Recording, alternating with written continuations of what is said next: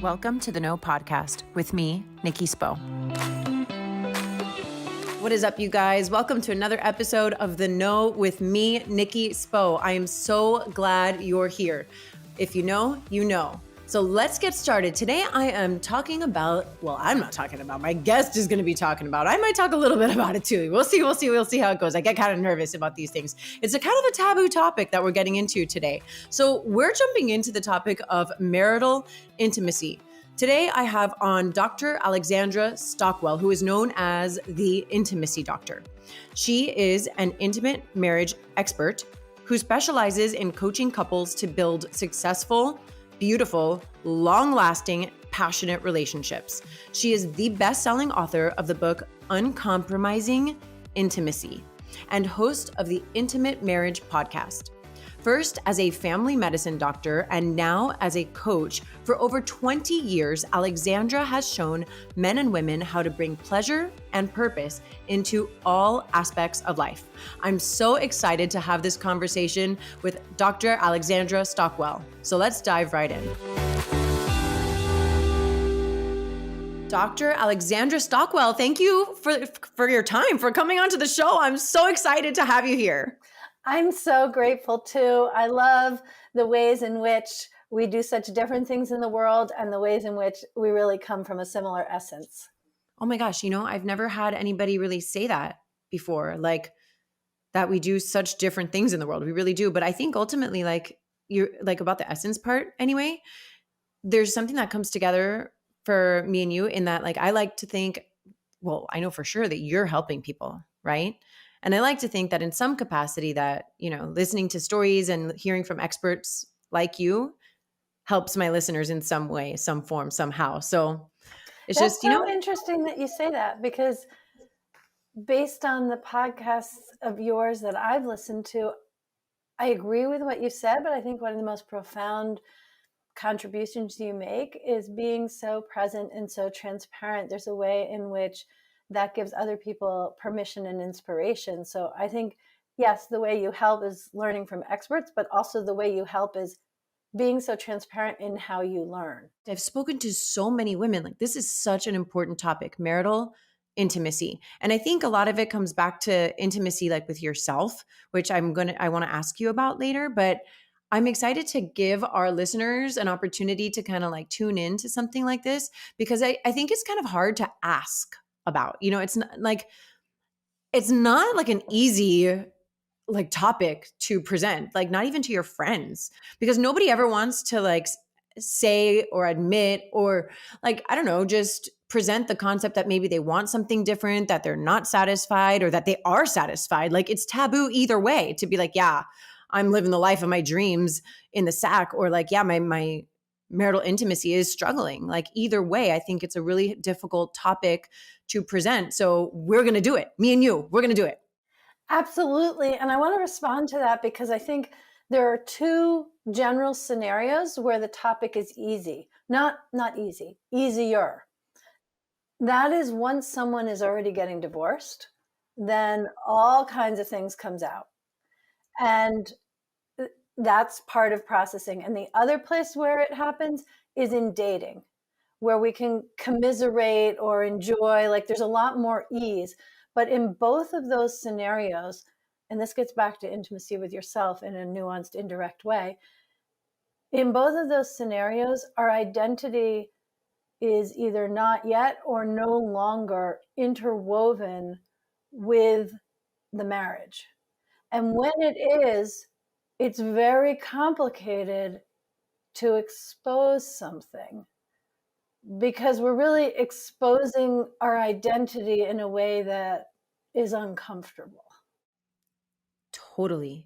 I never thought about it that way. I mean, it's been a long time. It's been quite a long time since I've dated, right? But my husband and I, we still try to date, you know what I mean? Yes, we still try to create that atmosphere of that dating life. We've been together, 15 years now, on and off, and then married for 5.5. And yeah, we've known each other forever, but I can relate to the dating days, right? Where you're yeah, there's no harm in getting to the point about what you like and what you don't like.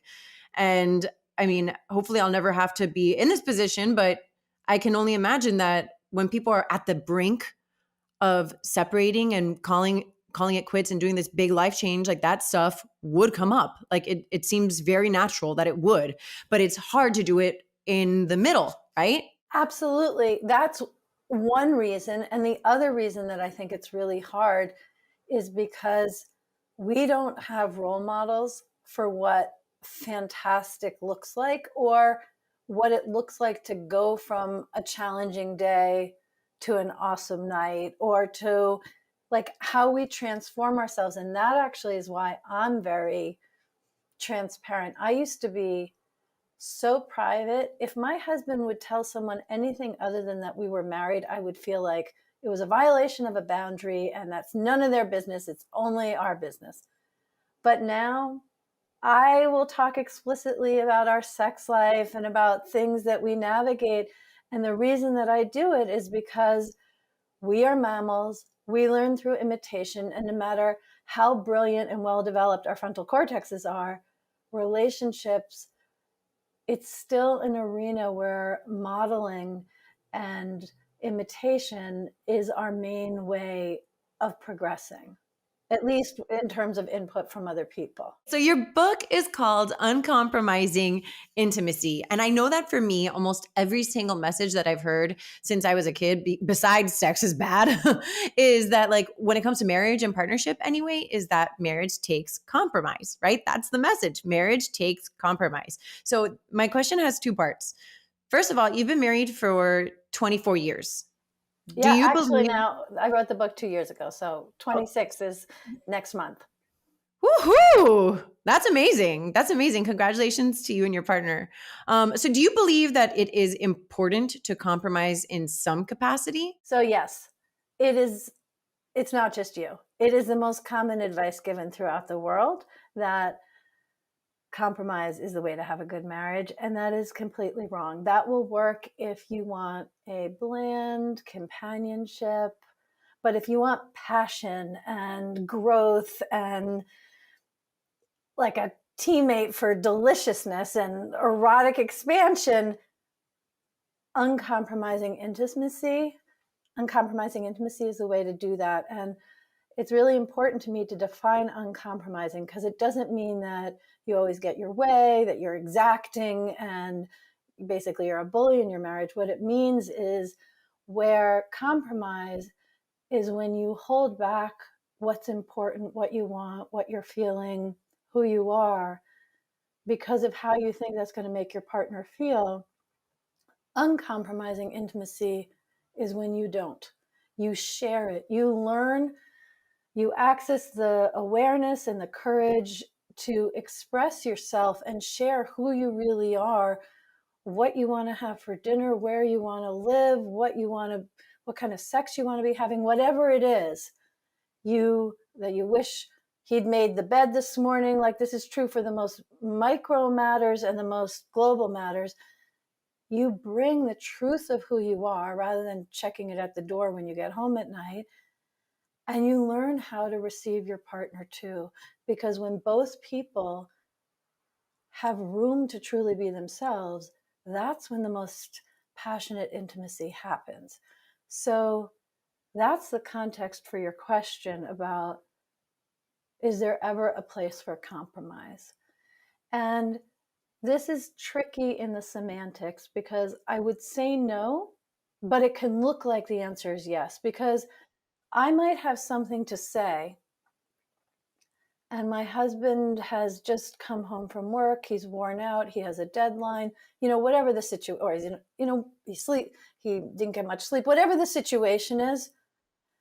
And it's not the right time to bring up something that's really alive for me. So from the outside, it could look like I'm compromising. I'm holding back out of consideration for his experience, but it doesn't actually live in me that way. It's more that I am responsible, I am empowered, I'm not pushing my experience under my own rug, I'm honoring it and essentially being uncompromisingly intimate with myself. And there are two of us, and it's not always the right time. Like, we don't want to Like the problem with that is if I never brought it up. But I don't think of it as compromise when in a collaborative gesture, I honor his experience and I honor mine. But the way that I honor mine is to be aware of it myself and share it another day. Okay, so there's then a difference between compromising in your world and in like the sphere of your work and collaboration. Very much so. I think a way to think of this is the difference between nice and kind, because we all know that narcissism is terrible. That there's nobody in their right mind who advocates for narcissism, which is on one end of the spectrum where a person is just completely oriented to their own experience and their own well-being and uses the relationship for their own benefit.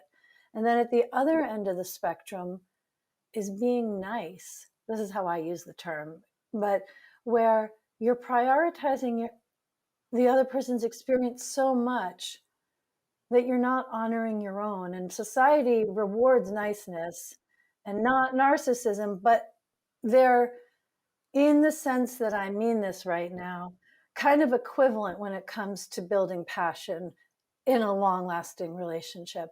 But I use the word kind to describe like the feeling of nice, but not holding back what's really true for you, not being accommodating. That in kindness, you honor your partner's experience, as one does when being nice, and you honor your own experience in the way that you don't have access to if you're with a narcissist. So, why is marital intimacy such a spicy topic? Like, why is it so difficult for us to talk about? Most of the people that I'm speaking with are competent. They are competent in their lives. They are educated. They are doing significant things professionally. And even in raising children, we're used to being problem solvers. If there's a challenge, we know how we're going to navigate that. Getting back to what we discussed earlier, when it comes to marital intimacy or any kind of relationship challenges, most people feel incompetent to navigate that. And that is so uncomfortable when you're used to being competent and handling things in the rest of your life. I think that synergistically makes it more challenging. Well, and like we still live in a world of like huge comparison, right? Like it's so easy to look at somebody else's marriage from the outside and be like, they are doing this and they're doing that. And well, so and so does this. Well, like, first of all, nobody really knows what anybody's doing behind closed doors, not ever. Right. And so even if you were to like open up and talk to friends, like there really is no roadmap. We're all figuring it out. Everybody's figuring it out. And not only that, but like each marriage like plays by its own rules. So like who's to say that another couple's rules apply to your marriage and the very specific and intimate, right? Like the very specific and like intimate details of the logistics of your marriage. Right? And when I say logistics, I don't mean like the day-to-day things. I mean like the things that are unspoken between couples. Right? The feelings that are unspoken, the experiences that only those two people know about each other, right? Like nobody else can tap into that. I love that you said that, because I really, about each relationship being unique, I completely agree with that. But about the comparison, because I've been coaching couples for so long that I forgot about that, because I have seen so many scenarios where friends and family and neighbors would think, oh, this is an ideal couple. And then I happen to be coaching them, and I know the situation is so different than it seems. Like this happens all the time. So I forget about the comparison because I don't make it, because I've just seen enough behind the scenes to know if someone's unhappy and that's evident on social media, you can probably trust it. But if someone's happy, you don't know that. You just don't know that. And let's hope they know it. There's the opening of Anna Karenina, the great book. It opens with saying, every happy family is happy in the same way, and every unhappy family is uniquely unhappy. And then it goes on to tell this story of a very unhappy family. But I remember flipping through a book in the medical school bookstore. It was a book for the psychology program that said it's the exact opposite, that unhappy families all follow patterns of dysfunction in a predictable way. You don't know which pattern you're going to have, but they're all explained by dysfunctional patterns. But a happy family or a happy, passionate marriage, that is a unique and creative and really customized process. And it's why I think it's so important that any kind of intimacy and passion includes slowing down enough to get in touch with yourself. Because, yes, I teach very systematic, step by step ways of doing this. But what I'm teaching people to do is to tap into what's true and what they already know for themselves, or the questions that they need to find the answers to. That is what is necessary for a super turned on relationship.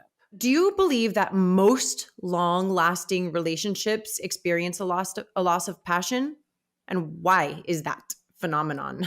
Why? It's not the kind of thing that I have a belief about. It's just that's what the data shows. Right. And it's also what the cultural narrative is. Like, we kind of all assume that passion wanes with time. I have a friend who's a fantastic nurse practitioner, meaning she knows anatomy and physiology. And she just said to me at one point, after she heard me say something, because I don't have a professional relationship, I have a personal relationship. And she heard me say something and she said, well, don't couples just stop having sex? Like, isn't that normal? And I said, no, actually, it's not normal. It may be what you're experiencing, but I have couples in my Facebook group. One has been married for 53 years who has had a good sex life all along. And the wife told me in the last year, they've had a sexual awakening. Oh my yes, I don't know her, but I'm cheering her on. Yeah, and then another couple, she says she's been married for 50 years and she's having the best orgasms of her life. And so I said, tell us more. Like, yeah, right. You know, she has learned to receive more pleasure. And that doesn't, just to be clear, receiving more pleasure, that's not about her husband improving his technique. That's not what that's about. Right. I got it. Like, receiving, to clarify anyway, because maybe some people out here don't get it. Yeah. Like, to receive more pleasure doesn't mean someone's doing more things or doing them better. It's about slowing down and letting yourself have the experience that you're actually having in that moment. And when you bring your attention in a mindful way to what is happening in your genitals and all around, you get to feel more of it. Because of my husband's profession, we spend a significant amount of time away from each other, right? And because of that, we're super intentional about scheduling our alone time. We're really intentional about our date nights and having those moments to reconnect with each other. And we really do make it a priority. And I'm really, really grateful for it. My husband is actually, he's the one, he like surprises me, and I'll like find an appointment on my calendar, and I'm like, oh, okay. I'm like, that's what's up. I'm like, okay, okay, well, I see you making that appointment with me. I like it because I have so many other things going on, especially like child rearing, that goes a long way. So that's a real gift. But I will say that it's also difficult because both of us always want our time together to be like perfect, right? Like, because there's limited time, we want everything to be smooth and happy and perfect. But like, real life gets in the way of that. Sometimes we have to problem solve, raise our children, and deal with all of like the unglamorous aspects of your everyday marriage. But we have to do that in our condensed time together. And it's a really, really tricky balance. And so in your book, you mentioned that it's not always more time that relationships need.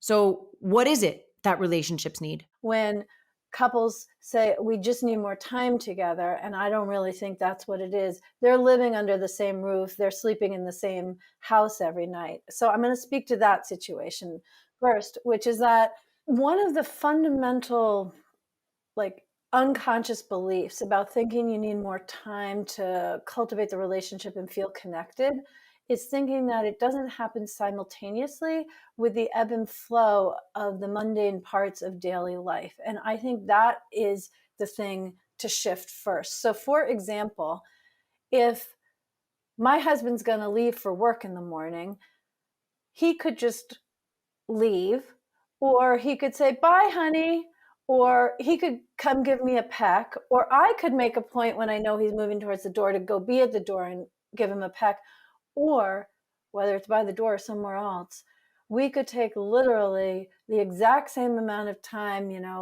2 seconds, and both of us be present in that moment as our lips touch one another so that it feels like we've really connected, and it can be tingly. And then the whole rest of the day feels different. Then when we both are home again in the evening, it feels a lot more like a reunion or a reconnecting or a continuing something that was started in the morning than it does to like work through all the stuff of the day and like find our way back through the maze of other responsibilities. I've actually received that advice. I've received the advice. So to kiss for 2 seconds, like, I mean, it doesn't have to be like a makeout, like a full tongue kiss, but like, so I became more intentional with my husband to like, cause we got into a habit of like being like, all right, I gotta go. All right, I gotta go. Bye, bye, bye, bye. See ya. And it wasn't necessarily like it wasn't mean in any way, but it was just like everything was rushed. Practical. It was practical. Exactly. And so I received the advice of like, try just kissing for 2 seconds. So I felt, and I remember feeling silly because I would like go up to give him a smooch and he was like ready to like do the pull away. And I'm like, I'm like stuck with my lips out. You know what I mean?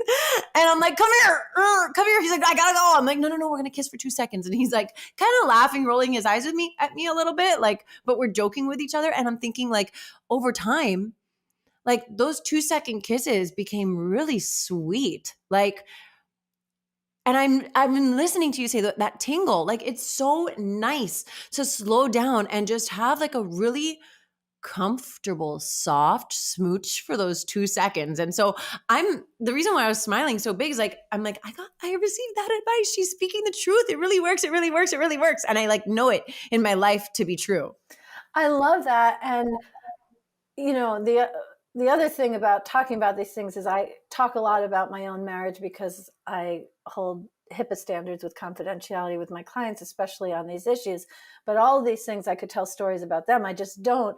But in this particular instance, the way that I came to this is that there was a time, because we have 4 children, and one of our phases was I was at home and he was working, and he would leave and then I'd be home with the children all day, but I would feel like his body left the house before, his energy, his soul left the house before his body. So even if I had kissed him, it wasn't satisfying. And so the way that this really works, and I love the arc you've described of it becoming so sweet, is when both people are present. And that can happen. It's really a shift in attention. It's a mindfulness shift that can happen in any context. As we really grew with this, I'll be cooking, which sometimes it's fun and sometimes it's like a burden to, not like a heavy burden, but anyone will, yeah, it's like, oh, I got to make dinner again. I'm doing this, every day for 26 years. And my husband will walk by and just brush the back of my neck lightly. That has me feel connected. It has me feel like a woman. I shift from feeling like a glad servant or sometimes resentful servant to my family to being like, oh, like I'm a woman and my man perceives me.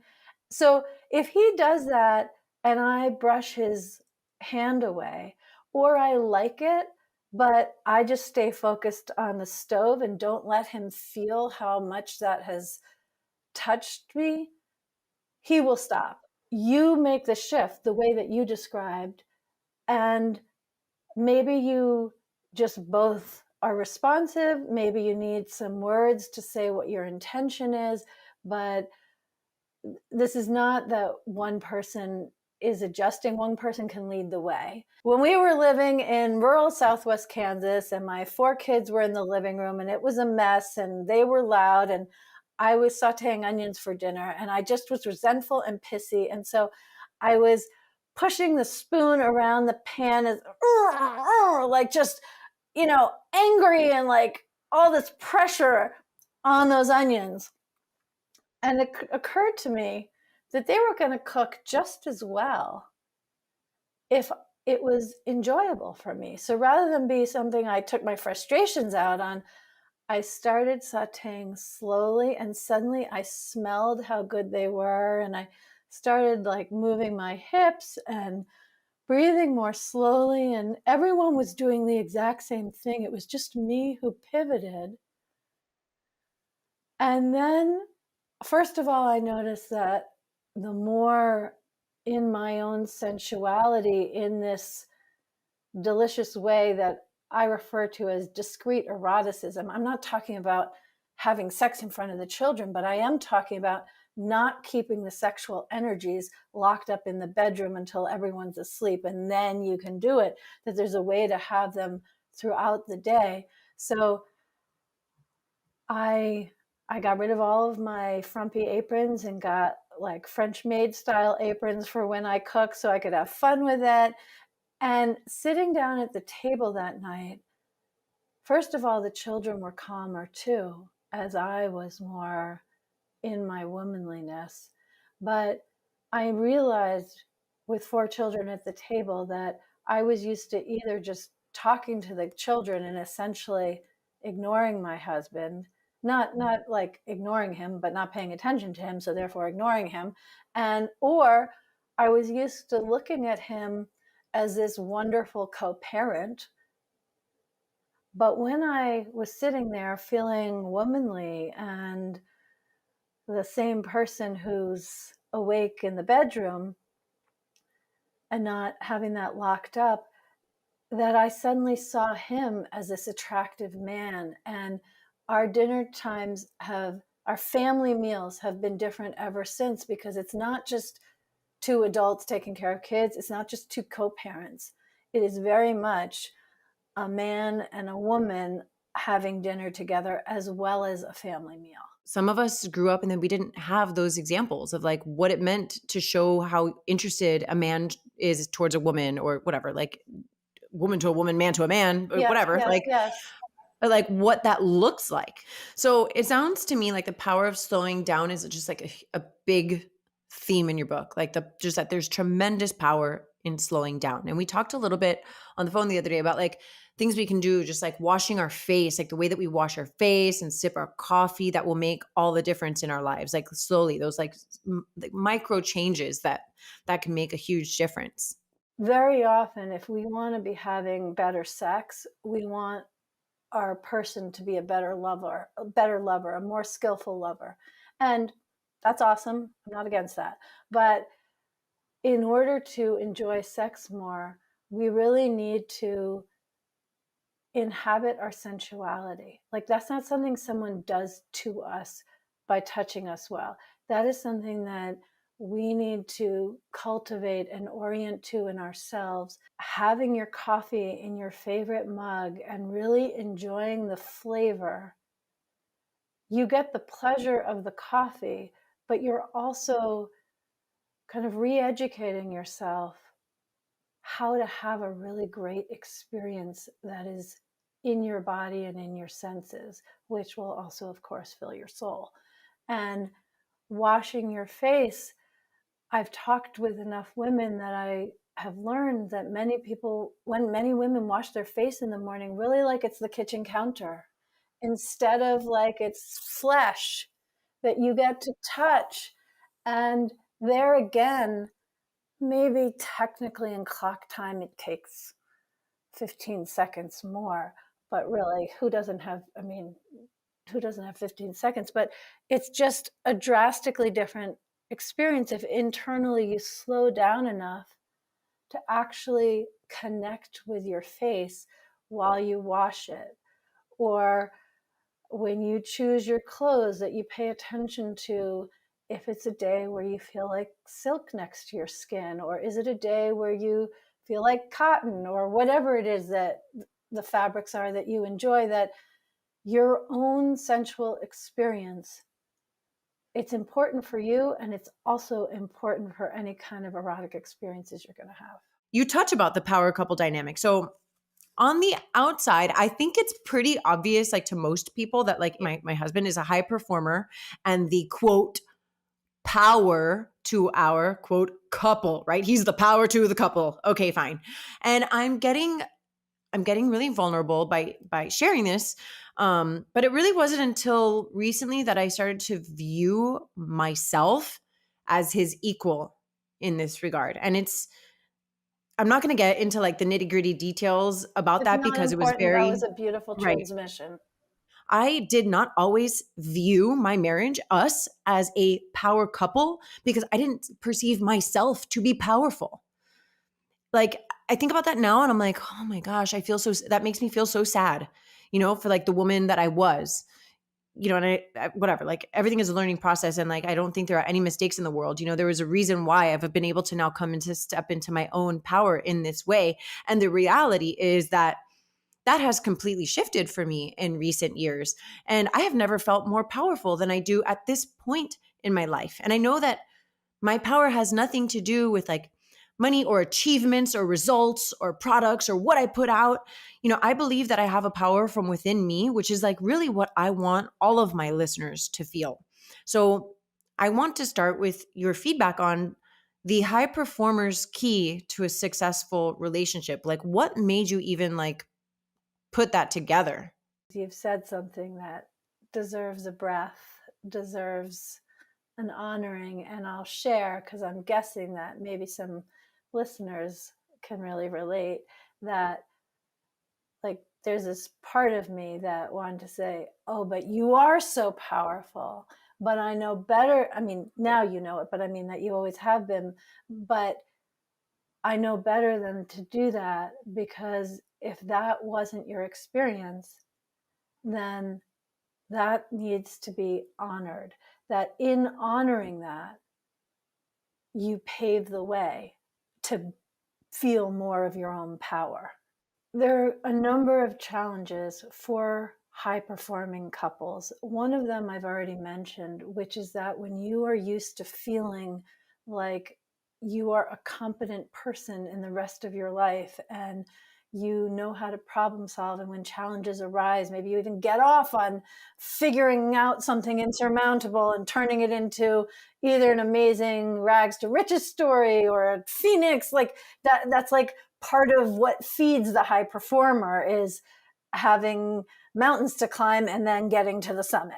It's extremely vulnerable in relationship not to have those same tools. I think if someone hasn't experienced it, it's very hard to relate to how vulnerable it is not to feel competent in relationship when you feel competent in the rest of your lives. So that just needs to be stated with compassion. And in fact, like a related piece of this is anytime I work with a couple, I start by honoring how good their relationship is. Like if they are there with me, there's a lot of goodness. And yes, then we'll focus on the rest. The simplest answer is communication. But what I mean by that is being curious and choosing to reveal your experience. I think one of the things that really complicates high performance power couple marriages is when one person goes through growth and doesn't share it, because it's Wow. actually a common I've never thought thing. about that. It's a common thing, particularly for competent people, to like handle their shit and then come back.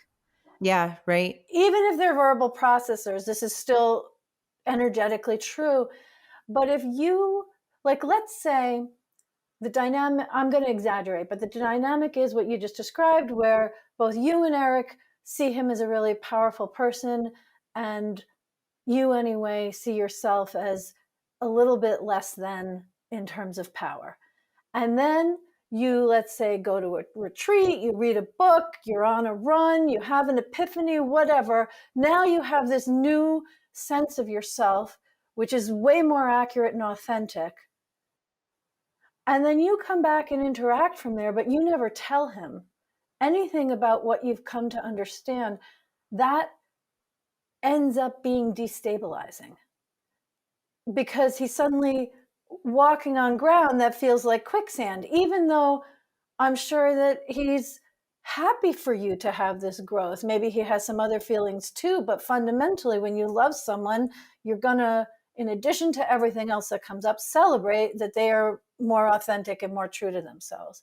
So the real thing, if someone is in this kind of a cultural evolution in the marriage, then you go for it. But I think this is the kind of thing to practice when things are more status quo, which is not taking things for granted, asking questions like, what are you daydreaming about today? And, things are so good, but if you could change something, what would it be? I mean, you can ask any kinds of questions and really listen to the answer. And if you're never surprised, then up the quality and vulnerability of your questions and the permission with which you listen. Why do you think that so many high achieving women specifically, like just talking about the women now, feel torn between their career and their relationship? We're used to having a goal and then taking the steps to achieve it. But that is not how relationships work. And so there are a few different things, but one of the reasons that women feel torn between career and relationship or family life is that in career, you have the opportunity to feel successful. You have the opportunity to feel in control. You have the opportunity to be clear where you are and where you're going next. And you know how to show up and make things work. And if you are doing that for some significant number of hours every week, it is hard to feel inept, taken for granted, to not feel respected the way you want, all things that are inherently part of marriage and family life. And so it really requires a different skill set. And for most women, transitioning from the one kind of skill set to the other is not a smooth and easy pivot. I'm so happy. Like, I'm so happy. I want to hug you. I want to give you a virtual hug. I want to know you in person. I would love to know you in person. Let's make it happen sometime. Whatever. We're in each other's city.